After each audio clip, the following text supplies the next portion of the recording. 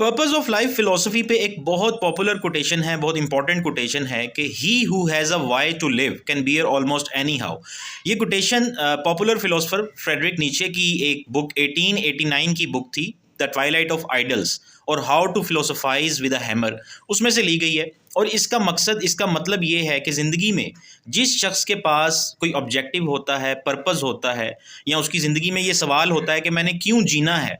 तो फिर कैसे जीना है, मुश्किलात का, चैलेंजेस का सामना कैसे करना है, ये सारी बातें, ये सारे जवाब उसे मिल जाते हैं। आपके पास सिर्फ ये होना चाहिए कि क्यों, कोई चीज़ क्यों इंपॉर्टेंट है। जैसे एक बहुत पॉपुलर और इसी तरह की सेइंग है, कोटेशन है कि अगर ज़िंदगी में कभी किसी ऑब्जेक्टिव के पीछे भागते भागते आप थक जाएं और मायूस हो जाएं, तो ये सोचें कि मैंने ये शुरू क्यों किया था। वहाँ से आपको एनर्जी और मोटिवेशन मिलेगी, इसी क्यों से, कि कोई भी काम आपने क्यों करना है। अगर आप वो उस पर्पस के ऊपर आ जाएं, उस ऑब्जेक्टिव को अच्छी तरह से समझ लें कि उसकी आपकी ज़िंदगी में क्या अफादियत है, क्या सिग्निफिकेंस है, तो फिर उसके लिए जितनी एनर्जी आपको चाहिए होगी, कुदरत ने वो सारी इस यूनिवर्स में रखी हुई है, आपको मिलना शुरू हो जाएगी। और आप अगर गौर करें अपने आसपास, और बहुत सारी ऐसी स्टोरीज़ हैं बड़े बड़े लीडर्स की, और बहुत सारे आपके अपने हल्का अहबाब में ऐसे लोग होंगे कि जिन्होंने अपनी ज़िंदगी का कोई ना कोई मकसद रखा होता है, या कोई ज़रूरी काम होता है, वो उसके लिए इंतज़ार कर रहे होते हैं।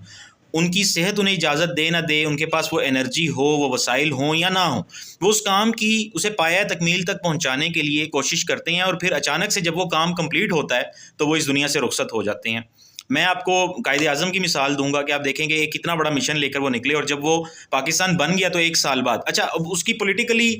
इस चीज़ में पढ़ने की ज़रूरत नहीं है कि वो क्या हुआ था क्या नहीं हुआ था, लेकिन ऐसी और बहुत सारी एग्जांपल्स आपको मिलेंगी। इस कोटेशन को फ्रेडरिक नीचे के बाद एक और शख्स विक्टर फ्रैंकल ने काफ़ी पॉपुलराइज किया, और अपनी book man search for meaning में उसने इसका जिक्र किया। अब ये जो विक्टर फ्रैंकल था, ये बेसिकली एक हॉलोकॉस्ट सर्वाइवर था। तो उसने जो इतना मुश्किल वक्त, इतने डार्क सर्कमस्टेंसेस देखे कि उसे अपनी जान बचाने की पड़ी हुई थी, और वो उस जो भी वो सारा सीन चल रहा था उसमें उसके पास एक मकसद था कि मैंने इससे बच के निकलना है। इतना बुरा वक्त उसने देखा, तो उसने फिर जिक्र किया इस चीज़ को कि वो रेजिलियंस, वो कैपेसिटी आपके अंदर कहाँ से आती है कि आप इतने मुश्किल हालात का सामना कर लेते हो। बज़ाहिर अगर कोई वैसे बैठ के आपको बताए कि आपने इन चैलेंजेस को फेस करना है, तो शायद आपको, नहीं मेरे पास इतनी ताकत नहीं है, लेकिन जब वो चीज़ आपके ऊपर मुसल्लत हो जाती है तो फिर आपको फेस करना पड़ता है। और ये भी एक बड़ी मशहूर बात है, कहा जाता है कि इंसान को अपनी असल ताकत का, और अपनी पावर का, अपनी रेजिलियंस का,